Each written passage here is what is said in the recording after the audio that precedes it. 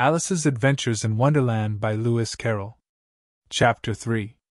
A Caucus-Race and a Long Tail.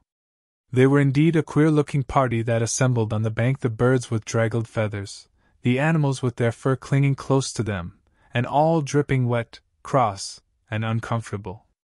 The first question, of course, was how to get dry again. They had a consultation about this, and after a few minutes it seemed quite natural to Alice to find herself talking familiarly with them, as if she had known them all her life. Indeed, she had quite a long argument with the Lory, who at last turned sulky, and would only say, "I am older than you, and must know better." And this Alice would not allow without knowing how old it was, and, as the Lory positively refused to tell its age, there was no more to be said. At last the Mouse, who seemed to be a person of authority among them, called out, "Sit down, all of you, and listen to me. I'll soon make you dry enough." They all sat down at once, in a large ring, with the Mouse in the middle. Alice kept her eyes anxiously fixed on it, for she felt sure she would catch a bad cold if she did not get dry very soon.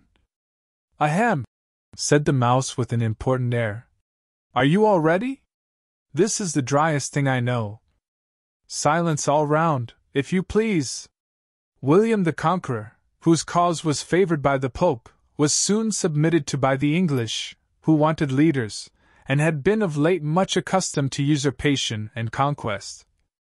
"Edwin and Morcar, the Earls of Mercia and Northumbria, ugh!" said the Lory, with a shiver. "I beg your pardon," said the Mouse, frowning, but very politely. "Did you speak?" "Not I," said the Lory hastily. "I thought you did," said the Mouse. "I proceed. Edwin and Morcar, the Earls of Mercia and Northumbria, declared for him, and even Stigand, the patriotic Archbishop of Canterbury, found it advisable." "Found what?" said the Duck. "Found it," the Mouse replied rather crossly. "Of course you know what it means." "I know what it means well enough, when I find a thing," said the Duck. "It's generally a frog or a worm. The question is, what did the Archbishop find?" The Mouse did not notice this question, but hurriedly went on. "Found it advisable to go with Edgar Atheling to meet William and offer him the crown. William's conduct at first was moderate. But the insolence of his Normans. How are you getting on now, my dear?" it continued, turning to Alice as it spoke. "As wet as ever," said Alice in a melancholy tone. "It doesn't seem to dry me at all." "In that case," said the Dodo solemnly, rising to its feet, "I move that the meeting adjourn, for the immediate adoption of more energetic remedies." "Speak English," said the Eaglet. "I don't know the meaning of half those long words, and what's more, I don't believe you do either." And the Eaglet bent down its head to hide a smile. Some of the other birds tittered audibly. "What I was going to say," said the Dodo in an offended tone, "was that the best thing to get us dry would be a caucus-race." "What is a caucus-race?" said Alice, not that she wanted much to know, but the Dodo had paused as if it thought that somebody ought to speak, and no one else seemed inclined to say anything. "Why," said the Dodo, "the best way to explain it is to do it. And, as you might like to try the thing yourself some winter day, I will tell you how the Dodo managed it. First it marked out a race course, in a sort of circle. The exact shape doesn't matter, it said, and then all the party were placed along the course, here and there. There was no 1, 2, 3, and away. But they began running when they liked, and left off when they liked, so that it was not easy to know when the race was over. However, when they had been running half an hour or so, and were quite dry again, the Dodo suddenly called out, "The race is over!" And they all crowded round it, panting and asking, "But who has won?"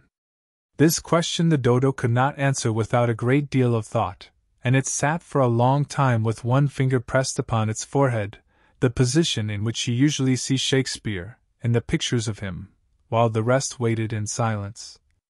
At last the Dodo said, "Everybody has won, and all must have prizes." "But who is to give the prizes?" Quite a chorus of voices asked. Why, she, of course, said the dodo, pointing to Alice with one finger, and the whole party at once crowded round her, calling out in a confused way, Prizes! Prizes! Alice had no idea what to do, and in despair she put her hand in her pocket, and pulled out a box of comfits. Luckily the salt water had not got into it, and handed them round as prizes. There was exactly 1 apiece, all round. But she must have a prize herself, you know, said the mouse. Of course, the dodo replied very gravely. What else have you got in your pocket? He went on, turning to Alice. Only a thimble, said Alice sadly. Hand it over here, said the dodo.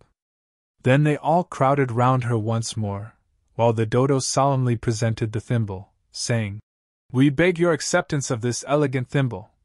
And when it had finished this short speech, they all cheered. Alice thought the whole thing very absurd, but they all looked so grave that she did not dare to laugh, and, as she could not think of anything to say, she simply bowed, and took the thimble, looking as solemn as she could. The next thing was to eat the comfits. This caused some noise and confusion, as the large birds complained that they could not taste theirs, and the small ones choked and had to be patted on the back. However, it was over at last, and they sat down again in a ring, and begged the mouse to tell them something more. You promised to tell me your history, you know, said Alice, and why it is you hate C&D, she added in a whisper, half afraid that it would be offended again. Mine is a long and a sad tale, said the mouse, turning to Alice and sighing. It is a long tale, certainly, said Alice, looking down with wonder at the mouse's tail. But why do you call it sad? And she kept on puzzling about it while the mouse was speaking, so that her idea of the tale was something like this. Fury said to a mouse that he met in the house, Let us both go to law, I will prosecute you. Come, I'll take no denial, we must have a trial, for really this morning I've nothing to do.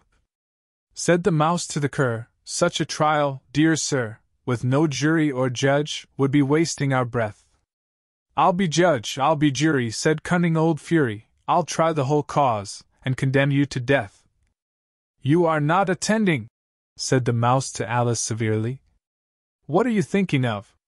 I beg your pardon, said Alice very humbly. You had got to the 5th bend, I think? I had not, cried the mouse, sharply and very angrily. A knot, said Alice, always ready to make herself useful, and looking anxiously about her. Oh, do let me help to undo it. I shall do nothing of the sort, said the mouse, getting up and walking away. You insult me by talking such nonsense. I didn't mean it, pleaded poor Alice. But you're so easily offended, you know. The mouse only growled in reply. Please come back and finish your story, Alice called after it, and the others all joined in chorus. Yes, please do. But the mouse only shook its head impatiently, and walked a little quicker.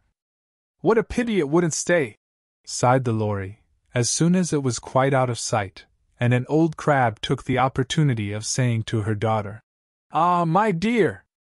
Let this be a lesson to you never to lose your temper. Hold your tongue, ma, said the young crab a little snappishly. You're enough to try the patience of an oyster. I wish I had our Dinah here, I know I do, said Alice aloud, addressing nobody in particular. She'd soon fetch it back. And who is Dinah, if I might venture to ask the question? Said the lory. Alice replied eagerly, for she was always ready to talk about her pet. Dinah's our cat. And she's such a capital one for catching mice you can't think. And oh, I wish you could see her after the birds. Why, she'll eat a little bird as soon as look at it. This speech caused a remarkable sensation among the party. Some of the birds hurried off at once. One old magpie began wrapping itself up very carefully, remarking, I really must be getting home. The night air doesn't suit my throat. And a canary called out in a trembling voice to its children, Come away, my dears! It's high time you were all in bed. On various pretexts they all moved off, and Alice was soon left alone. "I wish I hadn't mentioned Dinah," she said to herself in a melancholy tone.